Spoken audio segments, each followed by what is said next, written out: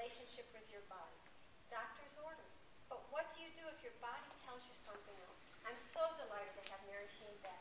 You own a company called Good Medicine, and you're a pharmacist. I am. So tell us about that, because there is a tension of opposite between the two. It is. It's interesting. There's this whole culture we live in where there's a lot of information. There's a lot of experts at our fingertips, and in regular life, our providers.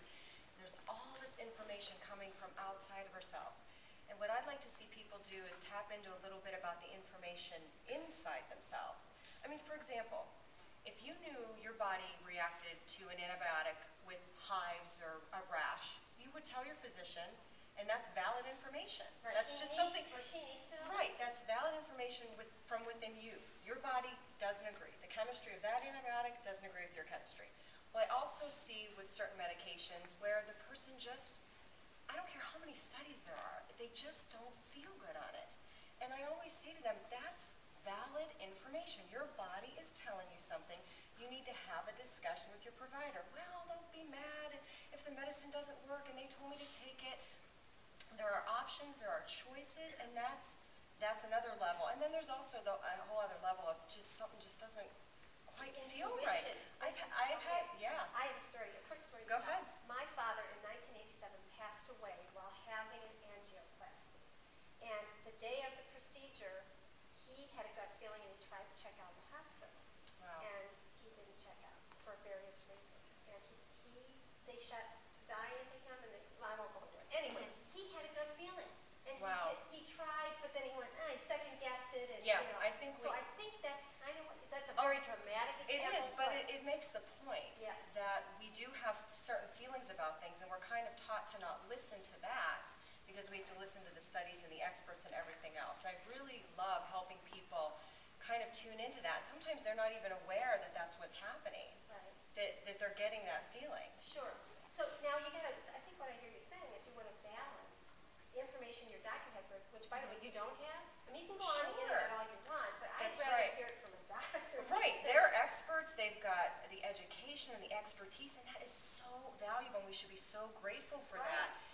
But yet we also have information about ourselves that is also very valuable. All right. So this is generational thing. I am a doctor's worst nightmare because I have a million questions. I question them, and I'm challenging them.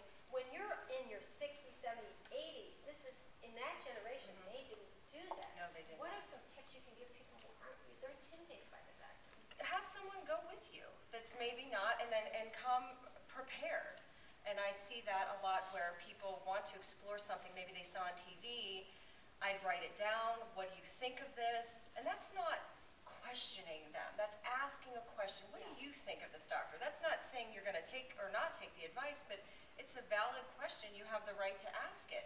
If you can write it down or bring someone with you, you're your ally. Here's a question. Okay. What if the doctor says you need a scan of your sinuses, and you think, I don't want to do that. They put dye into me. Something tells me I just don't want to be on the table and do that. You need to have a discussion. I mean, that's a valid concern. Why don't you want to do it? Do you just need more information? Are there any options? What are we going to gain from doing this? Can you tell me why do you want this? What are we going to do with this information? How is it going to impact my health? Okay, and if we don't do it, what's going to happen? Exactly. Okay. That's just good. You know, if you were giving someone, turning over your money to someone, you'd ask all these questions, and yet we turn over our health. Body. Yes. Oh, you love it. I know. You're coming back. Of course. Excited. Yes, Thank you good so stuff. much. Thank you. Mary Sheehan from Good Medicine, and if you want to get a hold of Mary to get help, you can call her at 330-592-5793 or go to your website at goodmedicinepharmacist.com.